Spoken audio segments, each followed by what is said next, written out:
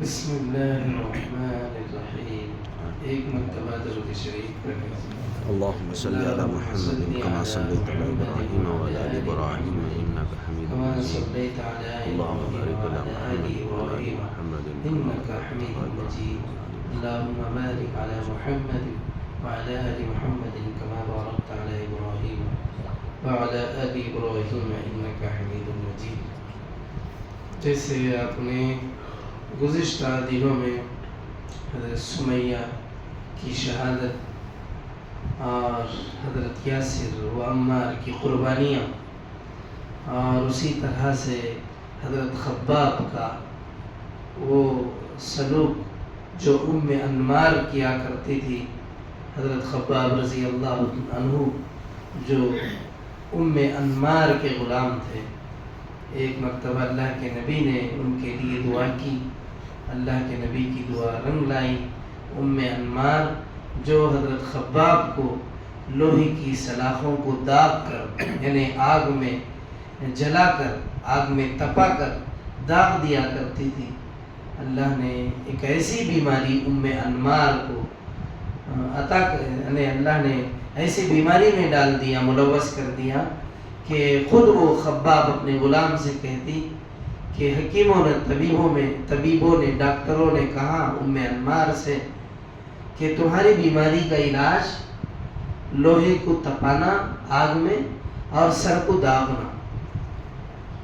جو کام وہ حضرت خباب کے لیے کرتی تھی, اللہ نے خباب ہی کے ہاتھوں سے انمار کو وہی کام کرنے کے لیے خود انمار نے اپنے ہی غلام کو حکم دیا کہ تم لوہے کو آگ میں تپاؤ اور میرے سر کو تپاتے رہو, داغتے رہو. تو یہ تھا حضرت خباب کی قربانی کا اور ان کے لیے اللہ کے نبی کی دعا کا نتیجہ. اب آپ آگے سنیے. انہی جوان مردوں میں ایک اللہ کا نیکوکار بندہ بلال بھی تھا. یہ حبشہ ایتھوپیا کے رہنے والے تھے. خلف کے بیٹے امیہ کے غلام تھے. امیہ ان کا کھانا پانی بند کر دیتا. جب بھوک پیاس سے وہ بے قرار ہو جاتے, ٹھیک دوپہر ہو جاتی تو وہ تپتی ہوئی چٹانوں پر چت لٹا دیتا. چت بہت بھاری پتھر سینے پہ رکھوا دیتا. پھر کہتا محمد کا ساتھ چھوڑ دو, لات و عزا کی پوجا کرو, ورنہ اسی طرح ایڑیاں رگڑتے رہو. حضرت بلال رضی اللہ عنہ یہ سارے مظالم سہتے اور اس وقت بھی زبان پر یہ الفاظ ہوتے, احد احد, ایک ہی ہے, بس ایک ہی ہے, اللہ اللہ احد, اللہ احد کا نعرہ زبان بلالی پہ یہی نکلتا. وہ تو ایمان کے نشے میں تھے. وہ نشہ ایسا نہ تھا جو ان تلخیوں سے اتر جاتا, جوش کے عالم میں بار بار یہی الفاظ دہراتے. رحمت عالم صلی اللہ علیہ وسلم کا گزر ہوتا تو یہ مظلومی دیکھ کر تڑپ اٹھتے. بہت ہی درد بھرے لہجے میں فرماتے, بلال گھبراؤ نہیں, احد احد جلدی ہی نجات دے گا. تمہارا احد احد کہنا جلدی ہی نجات دے گا. ورقہ ابن نوفل کا گزر ہوتا تو کہتے, بلال سچ کہتے ہو, بخدا وہ ایک ہی ہے. ہاں وہ ایک ہی ہے. پھر ظالموں کی طرف متوجہ ہوتے اور کہتے, خدا کی قسم اگر تم لوگوں نے اسی طرح اسے مار ڈالا تو میں اس کی قبر کو زیارت گاہ بناؤں گا. حضرت بلال رضی اللہ عنہ یہ سختیاں جھیلتے رہے, صبر کرتے رہے. آخر ایک دن حضرت ابوبکر رضی اللہ عنہ امیہ کے پاس گئے. بولے, ارے ظالم, تجھے ذرا بھی خدا کا ڈر نہیں؟ اس بیچارے کو ناحق مارے ڈال رہے ہو. امیہ تم نے ہی تو اسے بگاڑا ہے, اب تم ہی اسے بچاؤ بھی. ابو بکر رضی اللہ عنہ, میرے پاس ایک مشرک غلام ہے, تو اسے لے لے اور اس غریب کو مجھے دے دے۔ امیہ چلو منظور ہے، لے جاؤ اسے۔ حضرت ابو بکر نے اپنا مشرک غلام امیہ کو دے دیا اور اس سے حضرت بلال کو لے کر آزاد کر دیا۔ تنہا بلال ہی نہیں، نہ جانے اور کتنے غلام تھے جو مسلمان ہو گئے تھے، اس جرم میں بے رحم آقاؤں کی سفاکیوں کا نشانہ بن رہے تھے۔ حضرت ابو بکر ان مظالم کو دیکھ دیکھ کر تڑپ اٹھتے، آخر ان سے رہا نہ گیا اور سب کو خرید خرید کر آزاد کر دیا۔ یہاں تک کہ ایک دن ان کے والد نے کہا، بیٹے تم تو بہت کمزور غلام آزاد کر رہے ہو، ذرا ایسے غلام آزاد کرو جو بہادر اور طاقتور ہوں کہ وقت پڑے تو کچھ کام آ سکیں، مصیبت میں تمہاری مدد کر سکیں۔ ابا جان میرا مقصد تو بس اللہ کو خوش کرنا ہے، میرا مقصد تو بس اللہ کو خوش کرنا ہے، ان سے کوئی خدمت نہیں لینی ہے۔ حضرت ابو بکر نے نہایت بے لوثی سے مخلصانہ جواب دیا۔ بارگاہ خداوندی میں یہ بات پسند آئی، رب کو یہ بات پسند آئی، صدیق کا یہ عمل اللہ کو بھا گیا۔ وہی آئی، وَمَا لِأَحَدٍ عِنْدَهُ مِن نِعْمَةٍ تُجْزَى إِلَّا ابْتِغَاءَ وَجْهِ رَبِّهِ الْأَعْلَى وَلَسَوْفَ يَرْضَىٰ۔ سورۃ اللیل آیت نمبر 19 سے 21 تک۔ اور کسی کا اس کے ذمہ کوئی احسان نہیں ہے جس کا بدلہ دیا جائے، اسے تو بس اپنے بلند و برتر رب کی خوشنودی حاصل کرنی ہے اور وہ یقیناً اس سے خوش ہوگا۔ یہ آیات نازل ہوئی۔ ابو جہل پیارے نبی صلی اللہ علیہ وسلم کو ستانے میں ذرا بھی نرم نہ پڑا، وہ موقع بموقع دل کا بخار نکالتا رہا۔ نبوت کا 6واں سال تھا۔ ایک روز آپ صلی اللہ علیہ وسلم کے پاس سے اس کا گزر ہوا، دیکھتے ہی گالیاں دینے لگا، جتنا برا بھلا کہہ سکتا تھا کہتا رہا۔ آپ صلی اللہ علیہ وسلم اس کے منہ نہ لگے، اس کے منہ نہ لگے، اس کی طرف متوجہ بھی نہ ہوئے۔ یہ بات اس کو اور غصہ دلائی، غصے سے بیتاب ہو گیا، جھک کر زمین سے مٹھی بھر کنکری اٹھائی اور روئے مبارک پر پھینک ماری۔ نبی صلی اللہ علیہ وسلم جواب نہیں دے رہے تھے، اور آپ جواب بھی کیا دیتے اس کے بدتمیزی اور غلط باتوں کا۔ شریف لوگ تو وَإِذَا خَاطَبَهُمُ الْجَاهِلُونَ قَالُوا سَلَامًا۔ پھر اس شخص کو یہ بھی گوارا نہیں ہوا کہ آپ خاموش ہیں، تو اس نے زمین کی طرف جھکا، ہاتھ میں مٹھی بھر میں مٹھی لی اور نبی علیہ السلام کے مبارک چہرے پر پھینک دی۔ پھر دیر تک دل کے بھگولے پھوڑتا رہا، منہ میں جو کچھ آتا رہا بکتا رہا۔ وہیں ایک لونڈی کھڑی یہ سب دیکھ رہی تھی۔ یہ عبداللہ تیمی کی لونڈی تھی۔ ہاں وہی عبداللہ تیمی جو آپ کے یار غار حضرت ابو بکر صدیق کا چچا زاد بھائی تھا، قریش کے سرداروں میں اس کا شمار تھا، بہت ہی دولت مند رئیس تھا، عیاشی اور بدکاری میں طاق تھا، باندیاں خرید کر رکھتا اور ان سے بدکاری کراتا۔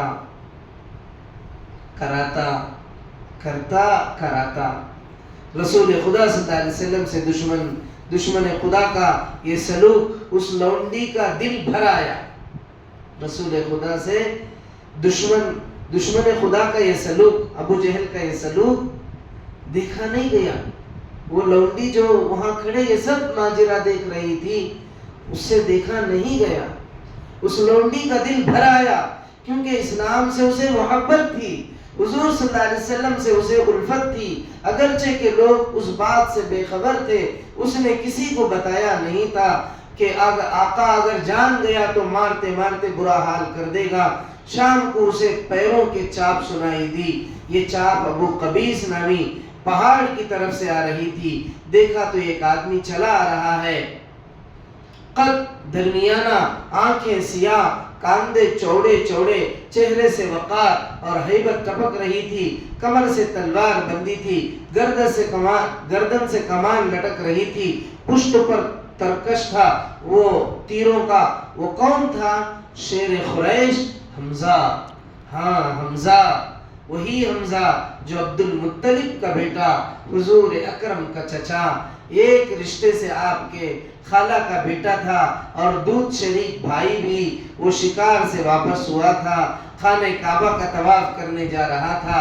اس کا ہمیشہ یہی معمول تھا، شکار سے واپس ہو کر سب سے پہلے خانہ کعبہ جاتا، وہاں پہنچ کر طواف کرتا، وہی قریش کے بڑے بڑے سردار بیٹھے ہوتے، ان سے ملاقاتیں کرتا، پھر گھر واپس لوٹ آتا۔ حمزہ قریب ہوا تو اس لونڈی سے رہا نہ گیا، وہ نہایت جذباتی انداز میں بول پڑی، ابو عمارہ، آخر آپ لوگوں کی غیرت کہاں چلے گئی؟ بنی مخزوم کے گنڈے محمد کو اتنا دیدہ دلیری سے ستا رہے ہیں۔ حمزہ چلتے چلتے رک گئے۔ عبداللہ کی لونڈی، تو یہ کیا کہہ رہی ہے؟ اس نے بڑی حیرانی سے سوال کیا۔ لونڈی، میں کیا بتاؤں، آج تمہارے بھتیجے پہ کیا بکتی؟ محمد یہیں پر تھے، کہیں سے ابو جہل بھی آ گیا، آتے ہی اس نے وہ گالیاں دی کہ میں تو شرم سے پانی پانی ہو گئی۔ پھر اسی پر بس نہ کیا، اس نے مٹھی بھر کنکری زمین سے اٹھائی، نہایت غصے میں ان کے منہ پر پھینک ماری۔ حمزہ، کیا یہ تیرے سامنے کی بات ہے؟ کیا تیری آنکھیں اور تیرے کان اس کے گواہ ہیں؟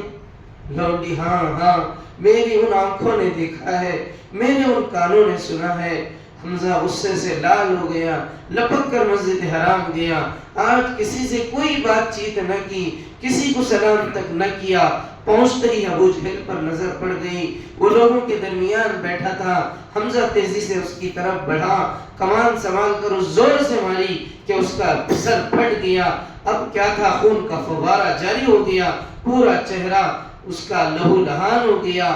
وہ میرا بھتیجا ہے جسے تو نے لاوارث سمجھ رکھا ہے، وہ میرا بھتیجا ہے جس کا چہرہ پتھر کھانے کے لیے نہیں بنا ہے، وہ میرا بھتیجا ہے جو تیری گالیاں سننے کے لیے نہیں پیدا ہوا ہے۔ حمزہ آج بری طرح گرج رہا تھا، غصے سے گرج رہے تھے۔ حمزہ بہت رعب داب کا، رعب کہ آدمی تھا، اس کے غصے سے ہر ایک کانپتا، بگڑ جاتا تو کوئی بول نہ سکتا تھا۔ ابو جہل نے اپنی اس حرکت کو خوشنما بناتے ہوئے کہا، حمزہ، ہوش کے ناخن لو، جذبات سے نہ کھیلو، اپنے بھتیجے کی حرکتیں تو دیکھو، اس نے تو ہمیں الو سمجھ لیا ہے، جو چاہتا ہے بک دیتا ہے، کبھی ہماری عقلوں پر چوٹی کرتا ہے، کبھی باپ دادا کے خلاف آواز اٹھاتا ہے، اس پر بھی بس نہیں، وہ ہمارے دیوتاؤں تک کو نہیں بخشتا، پھر ہمارے جتنے لونڈی غلام ہیں سب کو بہکاتا ہے۔ حمزہ تم سے زیادہ نادان ہے بھی کہ کون کہ اللہ کو چھوڑ کر بے جان مورتیوں کو پوجتے ہو۔ حمزہ نے اس کی ساری باتیں سنی اور جواب میں کہا، تم سے زیادہ نادان ہے بھی کون کہ اللہ کو چھوڑ کر بے جان مورتیوں کو پوجتے ہو۔ سن لو، میں بھتیجے کے ساتھ ہوں، سن لو، میں بھتیجے کے ساتھ ہوں، اب اسلام ہی کے لیے میرا جینا ہے، اسلام ہی کے لیے میرا مرنا ہے۔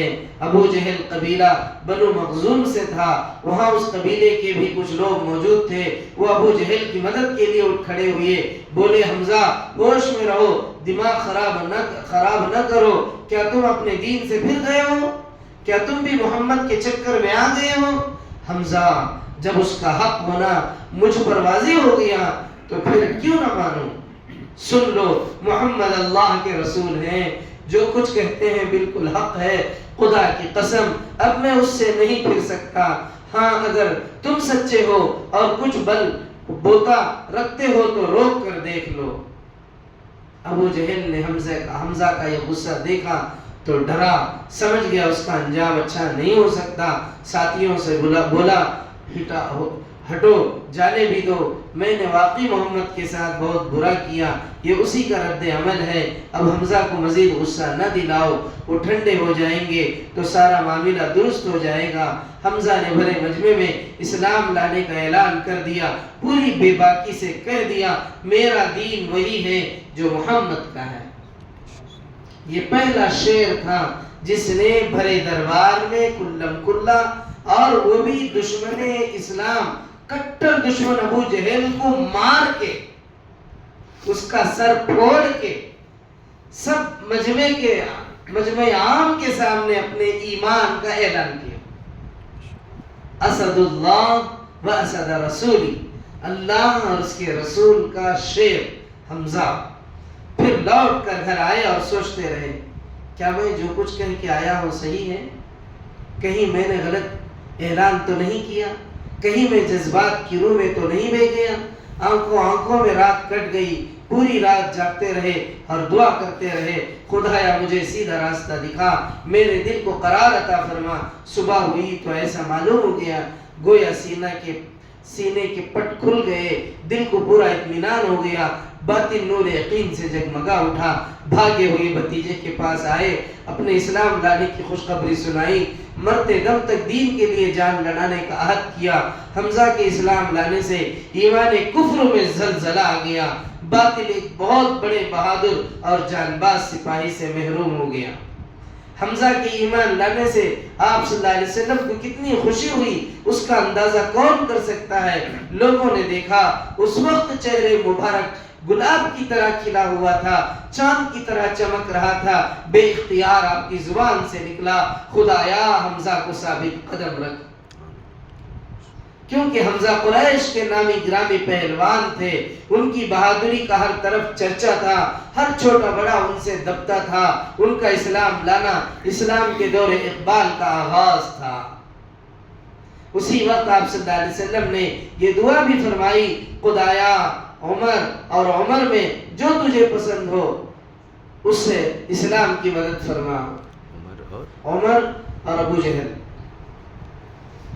عمر خطاب کا بیٹا تھا، عمر حشام کا. یہی عمر یعنی اس کا نام اصل میں عمر ہی تھا جو بعد میں ابو جہل سے مشہور ہوا. عمر خطاب کا بیٹا تھا اور عمر حشام کا. یہی عمر ہے جو تاریخ میں ابو جہل کے نام سے معروف ہے. یہ دونوں قریش کے بہت ہی طاقتور با اثر سردار تھے. آپ کی تمنا تھی ان دونوں میں سے کوئی ایک ایمان لے آئے، اسلام کی شوکت دوبالا ہو جائے. یہ تھا آج کا حضرت سیدنا حمزہ رضی اللہ عنہ کے ایمان لانے کا واقعہ. اور وہ اللہ اور اس کے رسول کا شیر تھا جن کے ایمان سے اسلام کو قوت ملی. اللہ ہمیں ان کے نقش قدم پر چلنے کی توفیق عطا فرمائے. اللہ نبی علیہ السلام کی محبت خاندان بنو ہاشم کی، جنہوں نے نبی علیہ السلام کا ہر قدم آپ کا تعاون کیا، آپ کا ساتھ دیا، اللہ ان کی بھی محبت ہمارے دلوں میں پیدا فرمائے. اللہ اپنے کرم سے اپنے فضل سے نبی علیہ السلام کا عشق، آپ کی محبت ہمارے دلوں میں پیدا فرما. سبحان اللہ و بحمدہ، سبحانک اللہم و بحمدک، واشہد ان لا الہ الا انت واستغفرک واتوب الیک.